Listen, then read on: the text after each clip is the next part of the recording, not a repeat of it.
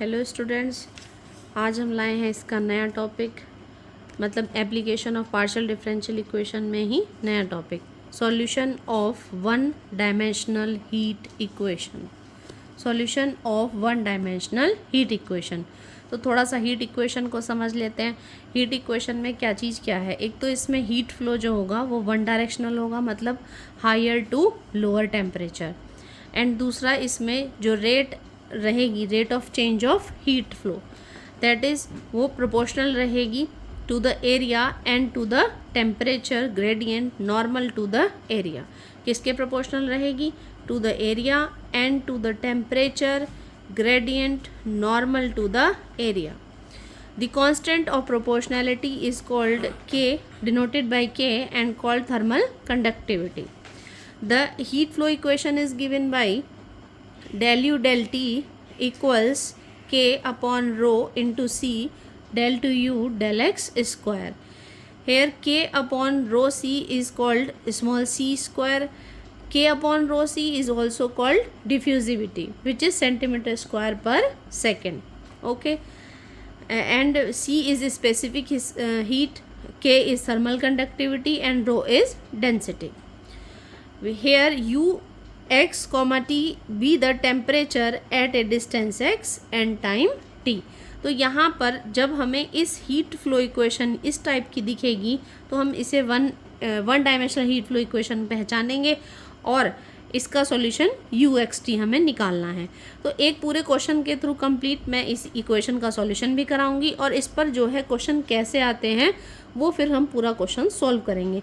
तो एक ही क्वेश्चन में हम इसका सॉल्यूशन भी कर लेंगे और इस पर बनने वाले क्वेश्चन को भी करेंगे। तो वहाँ उस पर बनने वाले क्वेश्चन में आप इसका सॉल्यूशन डायरेक्ट भी लिख सकते हैं, लेकिन आपको ये निकालना आना चाहिए वन डायमेंशनल हीट फ्लो का। ओके, तो क्वेश्चन लेते हैं। Find the temperature in a bar of length 2. बार है लेंथ 2 का, यानी कि 2 लेंथ वाले बार में इनिशियल डिस्टेंस x 0 रख लेंगे एंड फाइनल डिस्टेंस x को 2 रख लेंगे। Whose ends kept at 0 and ends kept at 0 का मतलब क्या है कि उसके एंड्स का टेम्परेचर 0 लिया गया है। Okay, and lateral surface insulated, और जो लेटरल सरफेस है उसकी बाहर की वो इंसुलेटेड है। If the initial temperature is, अगर इनिशियल टेम्परेचर की वैल्यू हम ये लेकर चलें तो इनिशियल टेम्परेचर यानी ये किसकी वैल्यू है ये हमें पहचानना होगा। ये है U की वैल्यू इनिशियली। इसका मतलब क्या कि T = 0 पर U टेम्परेचर इससे नोट होगा। ओके, तो क्वेश्चन समझ में आ गया। क्वेश्चन समझना सबसे पहले बहुत ज़रूरी है। क्वेश्चन में 2 बातें फिर रिपीट करती हूँ। ये लेंथ 2 जो है ये क्या बता रही है कि एक जो हम एक छोड़ लेंगे रॉड का, बार का, वो एक में x = 0 ले लेंगे और एक में x = 2 ले लेंगे। रॉड की लेंथ, बार के एंड्स के टेम्परेचर 0 रखे गए हैं। ओके, लेटरल सरफेस इसका इंसुलेटेड है। इट मीन्स जो इसमें हीट का फ्लो हो रहा है वो कहीं भी बाहर नहीं जाने वाला है, इसी के अंदर रहने वाला है, from higher to lower temperature. And इसमें ये जो वैल्यू गिवन है इनिशियल टेम्परेचर यानी ये U की वैल्यू है T = 0 पर। ओके, यहाँ पर मैंने आपको बताया है स्मॉल t टाइम है, small t is time and small u is temperature. तो कंफ्यूज ना हो, स्मॉल t टाइम रहेगा। ओके, तो यहाँ पर हमें दिख रहा है, क्वेश्चन को पढ़कर समझ में आ रहा है कि ये वन डायमेंशनल हीट फ्लो है। तो इक्वेशन हम अपनी तरफ से लिखेंगे, याद रखेंगे। अब सॉल्यूशन करने का तरीका क्या है, वैसे ही जैसे कि हमने कल method of separation of variable का इस्तेमाल किया था ऐसे यहाँ पर भी करेंगे, लेकिन यहाँ पर ये सेकंड ऑर्डर डेरिवेटिव होने की वजह से बीच में एक थोड़ा सा चेंज आएगा, उसकी वजह से थोड़ी क्वेश्चन की लेंथ भी बढ़ेगी। ओके, तो U = x and t type का सॉल्यूशन माना जाएगा, where x is the function of small x only and capital T is the function of small t only. फिर डिफरेंशिएट करके हमें del U over del t की value चाहिए तो हमने निकाल ली del U over del t। तो यहाँ पर डिफरेंशिएशन में x कांस्टेंट रहेगा, ओनली t का डिफरेंशिएशन हो जाएगा। Now also differentiating equation two partially with respect to x but twice differentiate करेंगे। ओके, तो ट्वाइस डिफरेंशिएट करेंगे then del to U del x square हमें मिलेगा। del to U del x square की value जो आएगी उसे निकालने के लिए हम यहाँ पर सेकेंड टाइम डिफ्रेंशिएशन इसका लेंगे, लेकिन ओनली x का। तो t कांस्टेंट रहेगा, del two x and del small x आ जाएगा। तो हमने यहाँ इस तरीके से डिफ्रेंशिएशन निकालने की इसकी कोशिश की है। मैंने ये c लिख लिया था, इस c को मैं हटा देती हूँ क्योंकि c अभी आगे यूज़ होगा, ठीक है। तो t कांस्टेंट रहा और del two x del x square, इसका डिफ्रेंशिएशन आ गया। नाउ ये दोनों वैल्यूज़ हम अपनी इक्वेशन में पुट करेंगे। कौन सी इक्वेशन? जो वन डायमेंशनल हीट फ्लो की है, इक्वेशन 1 में। तो हमने लेफ़्ट साइड पर पुट की है del u del t value, ठीक है, एंड हमने राइट साइड पर पुट की है del two u del x की वैल्यू, एंड सी स्क्वायर यहाँ पर कांस्टेंट रखा हुआ है। ओके, अब हमें क्या करना है? सेपरेशन मेथड अप्लाई करना है। तो सेपरेशन मेथड जब हम अप्लाई करेंगे तो हम यहाँ पर टी वेरिएबल एक तरफ करेंगे and x variable one side कर लेंगे। सी स्क्वायर भी हमने टी की तरफ ले लिया, 1/c² and t is also goes into upon del t and इधर x इधर चला गया राइट हैंड पर, x की side 1/x del two x upon x square equals -p²। अब -p² क्यों माना? क्योंकि k इसमें हमने नहीं लेना है, k हम पहले ले चुके हैं और k हमारा डिफ्यूजिविटी में आ रहा है। तो इसमें हमने नया कांस्टेंट लिया है -p², और इसी के आगे चलकर हमें वैल्यू वगैरह निकालनी है। तो यहाँ पर इसमें हमने पहले LHS टू -p² इक्वेट करना है, देन RHS टू -p², जैसा कि कल भी हमने समझा था। LHS के इक्वल इक्वेट कर दिया, फिर इंटीग्रेट करेंगे वैसे ही, तो 1/t का क्या आएगा? log t, एंड इधर डेल्टा t का only t and constant p²c² as it is रहा। अब इधर से वही लॉग रूल लगेगा कि अगर हमें t निकालना है तो इधर ये सारी वैल्यू e की पावर में पहुंच जाएगी। c1 हमने कांस्टेंट ऑफ इंटीग्रेशन लगा दिया, मैंने इसको लॉग के झमेले में नहीं उलझाया, डायरेक्ट इसको c1 रख लिया। ओके, नहीं तो e की पावर में मानेंगे देन उसको नया कांस्टेंट मानेंगे, उससे बेस्ट है मैंने डायरेक्ट लिख लिया। बहुत बड़ा क्वेश्चन है, इतनी से कोई फ़र्क नहीं पड़ेगा।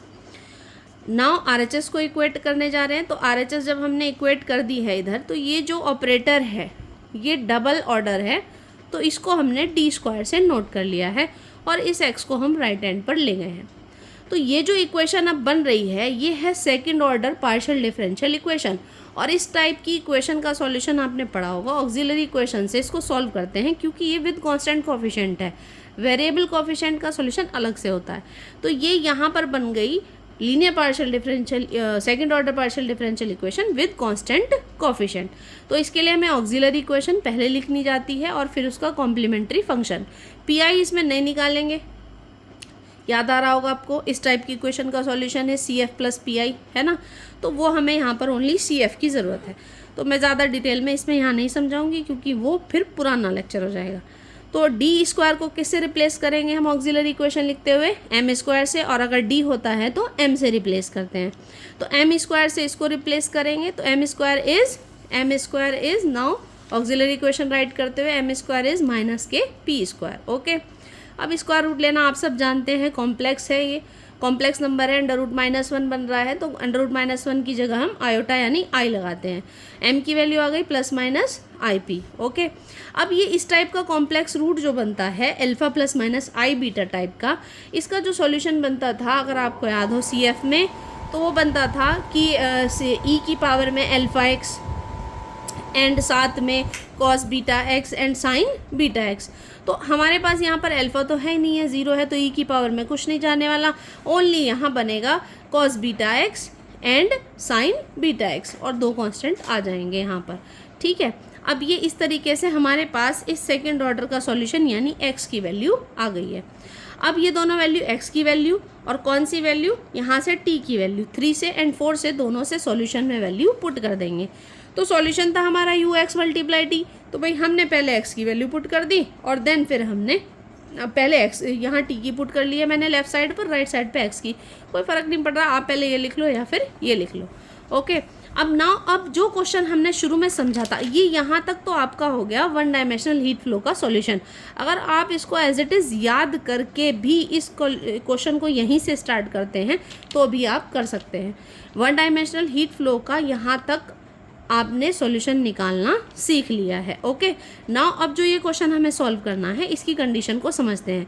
मैंने पहले भी समझाया था कि जब डिस्टेंस x 0 है बार की, ऐसे करके मैंने वो बार माना था और x इज इक्वल टू 0 पर इनिशियल टेम्परेचर एंड का क्या दिया गया था 0 और x इज इक्वल टू 2 पर भी टेम्परेचर क्या दिया गया था 0। ये क्वेश्चन में गिवन था। तो इस गिवन कंडीशन का यूज़ हम करने वाले हैं। x को 0 एंड u को भी 0 हम इस फंक्शन में पुट करेंगे। तो u को हमने यहाँ पर 0 कर लिया और x को यहाँ पर 0 एंड यहाँ पर 0 यानी cos 0 degree and sin 0 degree.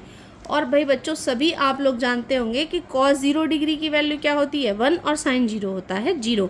तो यहाँ से ये 0 निकला तो हमारा सॉल्यूशन निकला C1 C2 e to the power something. पर यहाँ से अब हमें एक वैल्यू निकालनी है कांस्टेंट की C1 की या फिर C2 की। अब अगर मैं यहाँ C1 0 रखने लगी तो ये तो यूँ ही पूरा 0 हो जाएगा, है ना। तो मैं कंपेयर करके C1 0 नहीं ले सकती, मुझे क्या लेना पड़ेगा C2 0 लेना पड़ेगा। तो यहाँ से मेरा कंक्लूजन ड्रॉ हुआ कि C2 is 0। Okay, did you get that? C2 is 0। Now second condition is कि एंड पर यानी x is equal to 2 length दी थी ना, तो x इज इक्वल टू 2 पर भी एंड टेम्परेचर क्या दिया गया था u की वैल्यू। मैंने बार बार कहा u इज़ द टेम्परेचर, तो u की वैल्यू दी थी 0। तो सेकंड कंडीशन लगा दी हमने, u को 0 पुट कर दिया और x को 2 पुट कर दिया। तो यहाँ पर cos 2p x की जगह 2 एंड sin 2p x की जगह पर 2। ओके, कैमरे में विजिबिलिटी हो सकता है थोड़ी कम हो, लेकिन आप थोड़ा सा एडजस्ट कर लेंगे, जूम कर लेंगे। तो यहाँ पर साथ साथ मैंने जो कांस्टेंट निकाला था C2 0 वो भी मैंने पुट कर दिया है। तो इसकी वजह से ये पूरा cos फंक्शन 0 हो गया, पूरा का पूरा cos फंक्शन 0। ओनली क्या बचा हमारे पास sin फंक्शन। तो हमारी जो यहाँ से वैल्यू आएगी, अब हम C1 C3 को 0 नहीं कर सकते, C1 को 0 नहीं कर सकते। अगर हमने ऐसा कर दिया तो हमारा पूरा सॉल्यूशन फंक्शन 0 बन जाएगा। अब हमने किसे 0 करना पड़ेगा, sin 2p को। तो यहाँ से हमारा कंक्लूजन ड्रॉ होगा कि sin 2p इक्वल्स टू 0। अब आपको पता ही होगा कि साइन में वैल्यू 0 किसकी होती है, किसकी 0 वैल्यू होती है साइन में, n पाई की। जनरल लिखेंगे, ओनली पाई नहीं लिख सकते, ठीक। तो यहाँ n पाई, इसका मतलब यहाँ से p की वैल्यू हमारी निकल गई n pi upon 2 where n is integer. Now ये जो p की वैल्यू आई है हमारे पास, ये तो कांस्टेंट हम लेकर चल रहे थे राइट हैंड साइड पर, तो ये जो p की वैल्यू आई है अब ये हम अपने सॉल्यूशन फंक्शन में रखने जा रहे हैं। तो u का जो सॉल्यूशन आ रहा था हमारा C2 C3 एंड उसमें हमने p की जगह वैल्यू रख दी, यहाँ पर sin px बन रहा था तो p की जगह वैल्यू रख दी ये n पाई अपॉन 2। ओके, और यहाँ पर भी हमारा p स्क्वायर था यहाँ पर e टू द पावर में, तो ये भी हमने p स्क्वायर की यहाँ पर वैल्यू पुट कर दी है, स्क्वायर करके यहाँ ओनली p की रखी है। अब इसको हमें जनरलाइज करना है, जनरलाइज। तो जनरलाइज करने के लिए हमने इसको माना नया कांस्टेंट bn, नया कांस्टेंट bn, और यहाँ लगा दिया समीशन और लिमिट रख दी 1 से लेकर इन्फिनिटी, 1 से लेकर इन्फिनिटी। इसको हमने जनरल बना दिया। अब इस जनरल सॉल्यूशन को हम अपने गिवन क्वेश्चन के लिए तैयार करेंगे। ऐसा ही सॉल्यूशन हर क्वेश्चन में लगभग बनेगा, है ना, लगभग according to the given condition, ठीक। अब यहाँ पर हमने लगानी है last full and final condition.